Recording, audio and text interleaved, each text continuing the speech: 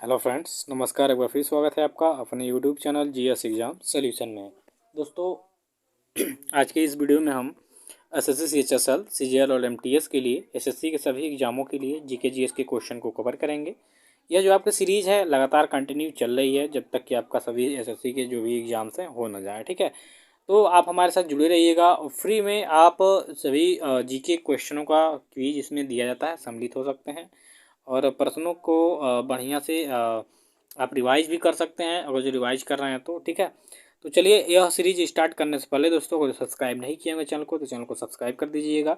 चलिए आज के क्वेश्चनों को देखेंगे कि आज के महत्वपूर्ण प्रश्न क्या है। तो सबसे पहले आपके सामने आ गया है कि एशिया का सबसे बड़ा रेगिस्तान कौन है दोस्तों। तो एशिया की बात यहाँ पे करेंगे। ठीक है, और जब विश्व की बात करते तो सहारा मरुस्थल सबसे बड़ा है, लेकिन यहाँ बात हो रही है एशिया की। तो एशिया में सबसे बड़ा मरुस्थल है आपका गोबी का मरुस्थल। ठीक है, गोबी का मरुस्थल जो है यह एशिया का सबसे बड़ा मरुस्थल है। तो विकल्प में जो आपका ये विकल्प होगा इसका सही उत्तर हो जाएगा। अगले क्वेश्चन की तरफ चलेंगे। तो अगला क्वेश्चन है कि विश्व में सबसे लंबी तटरेखा सीमा वाला देश कौन है दोस्तों। तो विश्व में सबसे लंबी तटरेखा सीमा वाला देश आपका है कनाडा। ठीक है, कनाडा विश्व में सबसे अधिक सबसे लंबा जो है समुद्र तट रेखा वाला देश है। ठीक है, तो समुद्र तट रेखा की यहाँ पे बात हो रही है। विकल्प बी जो होगा इसका सही उत्तर हो जाएगा। आगे के क्वेश्चन में है कि आंवले में कसैलापन किसके कारण होता है। तो दोस्तों, आंवले में कसैलापन टैनिन के कारण होता है। ठीक है, एक टैनिन नामक तत्व इसमें पाया जाता है आपके आंवले में। जब आंवला खाते हैं तो आपको कसैलापन लगता है उसमें। ठीक है, वो कसाव होता है उसमें आंवले में। तो यह जो कसैलापन होता है किसके कारण होता है दोस्तों। तो टैनिन के कारण होता है। विकल्प में जो आपका सी विकल्प दिख रहा है इसका सही उत्तर हो जाएगा। चौथे नंबर के क्वेश्चन में है कि दूध का सफ़ेद रंग किसके कारण होता है। तो मित्रों, दूध का सफ़ेद रंग जो होता है वह केसीन के कारण होता है। ठीक है, केसीन के कारण। कैरोटीन के कारण दोस्तों जो गाजर का नारंगी रंग होता है। और यहाँ दूध की बात हो रही है तो दूध का सफ़ेद रंग होता है आपके केसीन के कारण। ठीक है, तो विकल्प में आपका जो डी होगा इसका सही उत्तर हो जाएगा।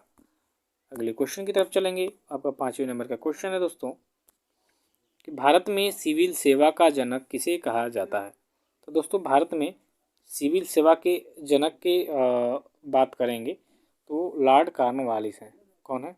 Lord Cornwallis. जो लॉर्ड आपके कॉर्नवालिस हैं यह भारत में सिविल सेवा का जनक इनको माना जाता है। तो विकल्प में जो आपका ये विकल्प होगा इसका सही उत्तर हो जाएगा कि भारत में सिविल सेवा का जनक लॉर्ड कॉर्नवालिस को माना जाता है। यहाँ पे 6ठे नंबर का क्वेश्चन देखेंगे कि भारत में रेलवे तंत्र कब स्थापित किया गया था। देखिए, क्वेश्चन कई बार आया है आपके एसएससी में, कई बार मैंने बताया भी है। तो भारत में रेलवे तंत्र की स्थापना हुई थी 1853 में लॉर्ड डलहौजी के शासनकाल में। ठीक है, लॉर्ड डलहौजी जो था इसे हम लोग जो है भारतीय रेलवे का जनक भी माना जाता है। इसी के शासनकाल में जो पोस्ट ऑफिस वाला है सिस्टम ये भी चालू हुआ था।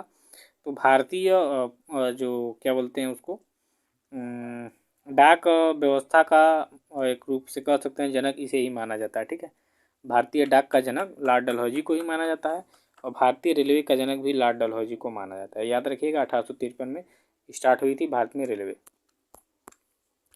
अब 7 नंबर का क्वेश्चन है कि भारत का मैकियावेली किसे कहा जाता है मित्रों।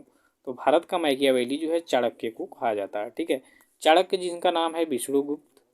ठीक है, विष्णुगुप्त जो चंद्रगुप्त मौर्य के प्रधानमंत्री भी थे और मौर्य वंश को स्थापित करने में इनका बहुत ही अहम रोल था। ठीक है, तो ये चंद्रगुप्त मौर्य के प्रधानमंत्री हुए और इनकी जो पुस्तक है अर्थशास्त्र उसमें भारतीय राजनीति के बारे में बहुत ही अच्छे से बातें बताई गई हैं, भारतीय उस समय के राजनीतिक व्यवस्था के बारे में। तो चाणक्य को भारत का मैकियावेली कहा जाता है।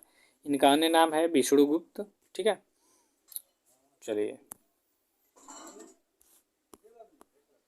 8 नंबर के क्वेश्चन में कि राज्य हड़प नीति किसने लागू किया था।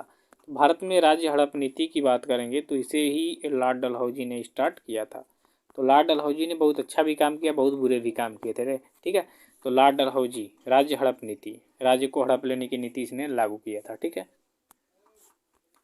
9 नंबर के क्वेश्चन में कि वर्तमान में भारत के गृह मंत्री कौन है दोस्तों। तो वर्तमान की बात करेंगे तो वर्तमान में भारत के गृह मंत्री हैं आपके अमित शाह। ठीक है, विकल्प में जो आपका ए दिख रहा है विकल्प वो सही उत्तर हो जाएगा। वर्तमान में भारत के गृह मंत्री हैं अमित शाह जी। अगले क्वेश्चन में कि कंप्यूटर में प्रयुक्त आईसी चिप किसकी बनी होती है। तो कंप्यूटर में प्रयुक्त आईसी चिप जो होती है सिलिकॉन की बनी होती है। बहुत इंपॉर्टेंट क्वेश्चन है ये, ठीक है। तो सिलिकॉन इसका क्या हो जाएगा, राइट आंसर हो जाएगा कि कंप्यूटर में प्रयुक्त आईसी चिप किसकी बनी होती है, सिलिकॉन की बनी होती है। 11 नंबर के क्वेश्चन में कौन सी गैस परावैंगनिक किरणों को अवशोषित करती है मित्रों। तो कौन सी गैस परावैंगनिक किरणों को अवशोषित करती है, तो वो है आपकी ओजोन, ठीक है। ओजोन जो है आपके ओजोन परत में क्या करती है, परावैंगनिक किरणों को अवशोषित करती है। तो विकल्प में जो आपका सी विकल्प होगा इसका सही उत्तर हो जाएगा। अगला है तंबाकू की पत्तियों में क्या होता है। तो जानते ही हैं तंबाकू की पत्तियों में जो बहुत ही नशीला चीज़ है, इसमें पाया जाता है निकोटीन, ठीक है। निकोटीन जो होता है स्वास्थ्य के लिए, मानव शरीर के लिए बहुत ही हानिकारक होता है। तो तंबाकू की पत्तियों में पाया जाता है निकोटीन, इसका सही उत्तर विकल्प डी होगा। 13 नंबर के क्वेश्चन में है कि पोस्ट ऑफिस के लेखक कौन है। अब देखिए लेखक से संबंधित क्वेश्चन आ रहे हैं। तो पोस्ट ऑफिस के लेखक है आपके रविन्द्रनाथ टैगोर जी, ठीक है। रविन्द्रनाथ टैगोर जी जो हैं ये पोस्ट ऑफिस के लेखक हैं। तो विकल्प में जो ये होगा इसका सही उत्तर हो जाएगा। 14 नंबर के क्वेश्चन में किसने कुषाण वंश की स्थापना की थी मित्रों। तो कुषाण वंश की स्थापना किया था कीजूल कटफिसेस, ठीक है।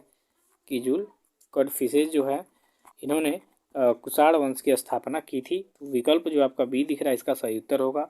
और कुषाण वंश का सबसे शक्तिशाली राजा की बात करेंगे तो वो आपका कनिष्क था। कौन था, कनिष्क। तो विकल्प आपका जो बी होगा सही उत्तर हो जाएगा कि कुषाण वंश की स्थापना कीजूल कटफिसेस ने किया था। 15वें नंबर के क्वेश्चन में मित्रों की कौन सी नदी महाराष्ट्र के नासिक से निकलती है। तो कौन सी नदी महाराष्ट्र के नासिक से निकलती है, तो वो नदी है आपकी गोदावरी, ठीक है। गोदावरी नदी जो है ये महाराष्ट्र के नासिक से निकलती है और नासिक इसी के तट पर स्थित है। तो विकल्प सी हो जाएगा इसका सही उत्तर। तो आज की वीडियो में बस इतना ही, मिलते हैं नेक्स्ट वीडियो में, तब तक के लिए धन्यवाद, थैंक यू सो मच।